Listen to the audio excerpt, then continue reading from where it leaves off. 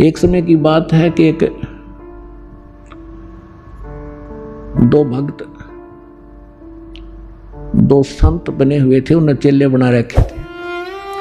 थोड़ा बहुत अध्यात्म ज्ञान इनको होता है तभी तो ये थोड़े बहुत आम समाज के अंदर पूज्य हो जाते हैं।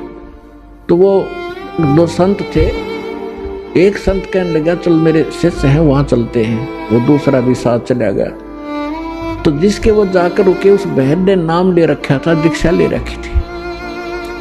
उसके घर उसकी बहन आई हुई थी, उस बहन की बहन है, और उसकी बहन की लड़की विधवा हो गई थी और वो बहन बड़ी टेंशन में थी। तो उपदेश प्राप्त थी, उस बहन ने अपनी उस बहन को जो अनुपदेशी थी उससे कहा कि बहन रोटी बनवा दे, मेरी मदद कर दे, खाना बनवा दे, साधु संत आ रहे हैं।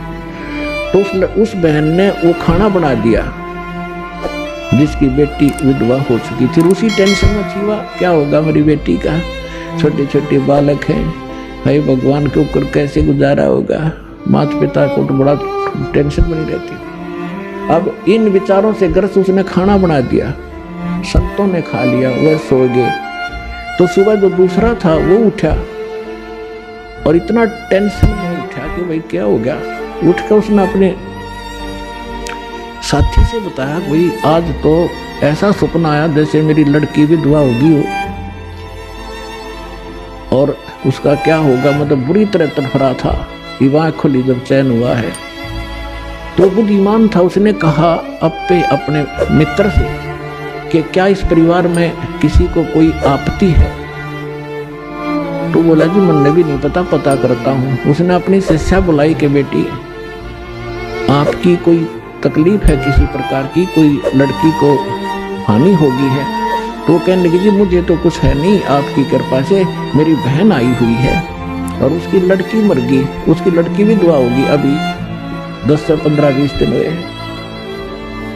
और वो आई थी। तो उस संत ने पूछा क्या खाना किसने बनाया महाराज, कि उसी ने बनाया था। अपने आत्मा उस बहन के द्वारा बनाया गए भोजन में भी विचार प्रवेश हो गए और उस संत के ने खाया, उस पर भी प्रभाव डाला उसने।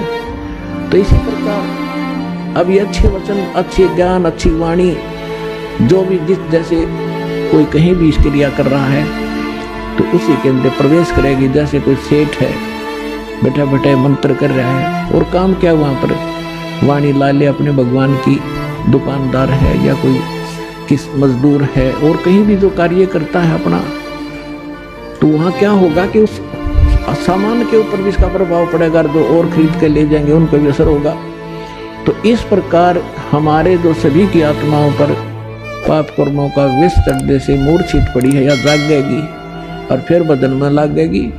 तो इस प्रकार इस परमात्मा का जो ये इंस्ट्रूमेंट बनवाने का जो उद्देश्य था, प्रयोजन, ये कोई ऐसे नहीं है।